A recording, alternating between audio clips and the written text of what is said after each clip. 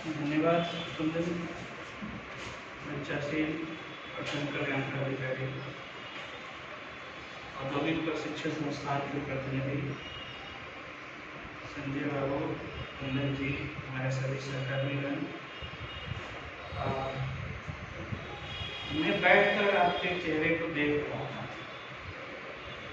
रहा था, ऑब्जर्व कर रहा था, मनोवैज्ञानिक तरीके से भी कुछ विश्लेषण कर रहा था, उस छोटे बच्चे की एक्टिविटी को भी देख रहा था और अधिकांश चेहरे पता नहीं क्यों मायूस लग रहे हैं। हम लोग जब पढ़ते थे तो कुछ क्रक्स सीखा था और यही हम लोग जानते हैं कि भारतीय संविधान को एक विशिष्ट दर्जा दिया गया है और भारतीय संविधान में कल्याणकारी राज्य की अवधारणा है। कौन सी अवधारणा? कल्याणकारी राज्य, है ना। और कल्याणकारी राज्य की अवधारणा के चलते, कल्याणकारी राज्य की अवधारणा कहीं न कहीं महात्मा गांधी के दर्शन से आता है ना।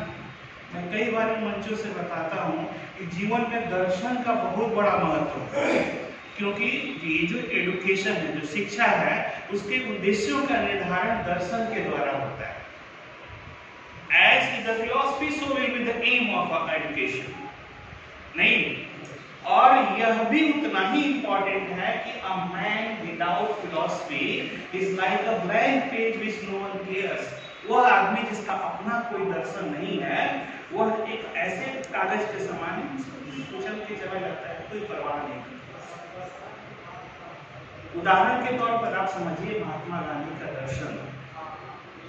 महात्मा गांधी का दर्शन क्या था? आइडियलिस्ट थे महात्मा गांधी, आदर्शवादी थे। आदर्शवाद के चलते आप देखेंगे कि महात्मा गांधी ने जब आंदोलन शुरू किया तो आंदोलन का एक उन्होंने दर्शन रखा, उद्देश्य रखा कि आंदोलन कैसा होना चाहिए। हमारा आंदोलन कैसा होना चाहिए? कैसा होना चाहिए? हिंसक या अहिंसक? एक आदर्श हुआ ना। बताइए वो कौन सा आंदोलन था जो हिंसक हो गया और महात्मा गांधी ने उस आंदोलन को वापस कर दिया?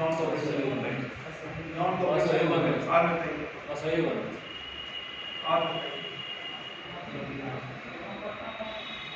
ठीक है, इसी को एक्सप्लेन करिए, कोई एक एक्सप्लेन करिए।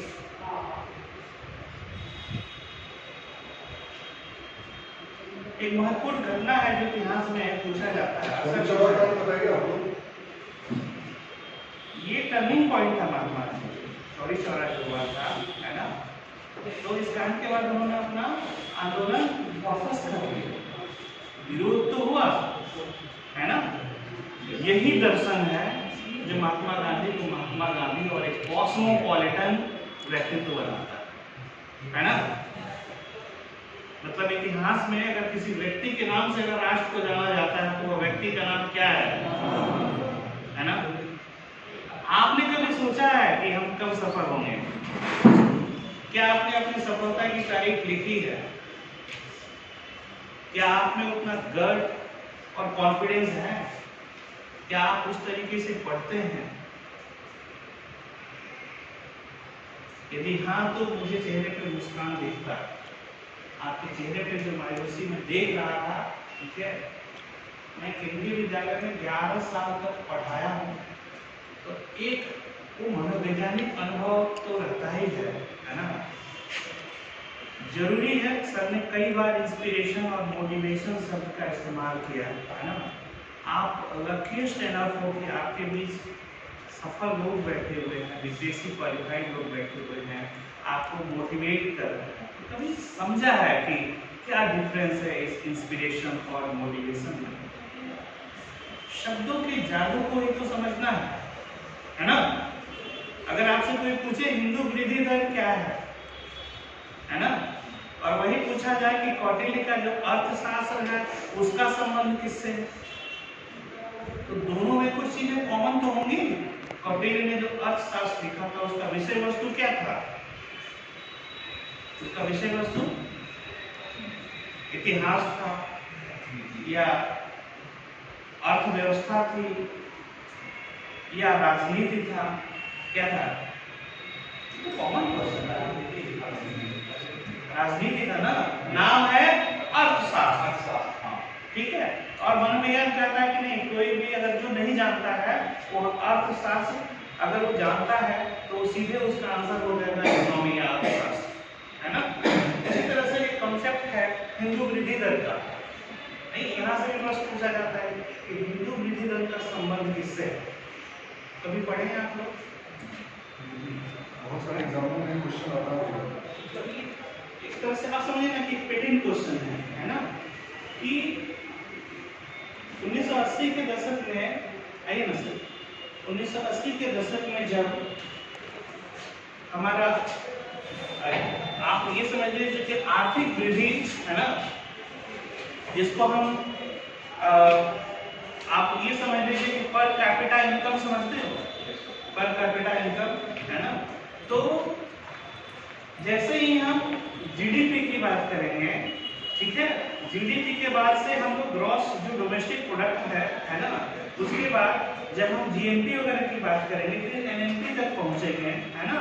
तो जो आर्थिक वृद्धि दर से संबंधित है, यानी कि उसको राष्ट्रीय आय समझ लीजिए, ठीक है।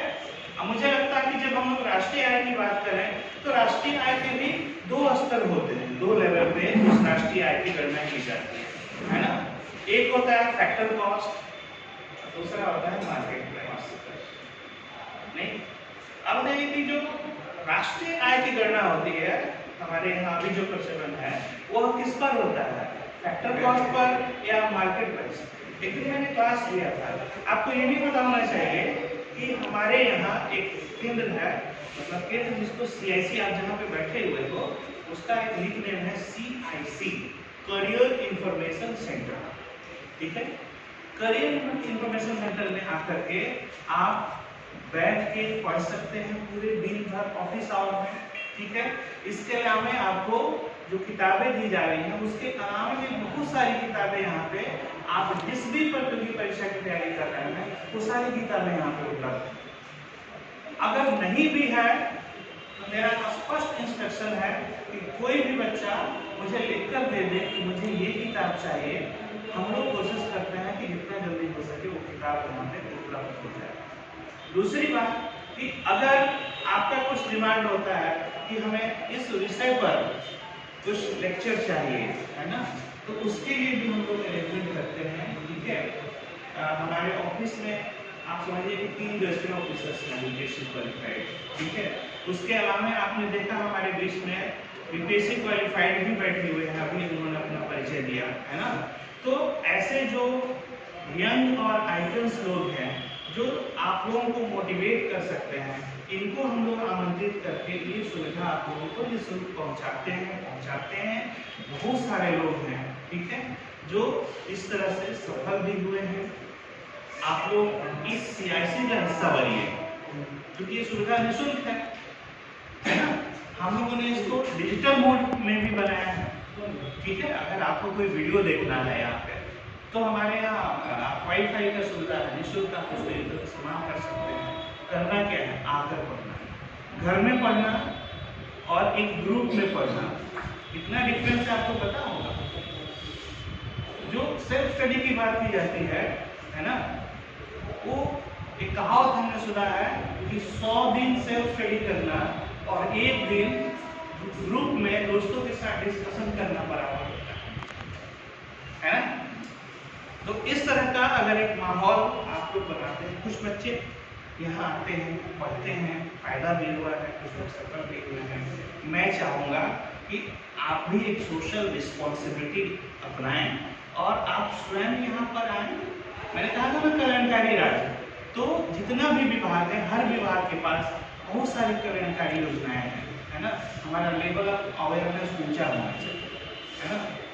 आपको तो ये भी नहीं पता होगा कि कितने विभाग हैं, प्रत्येक विभाग के पास कौन कौन सी योजनाएं हैं जो जनहितकारी हैं, है ना।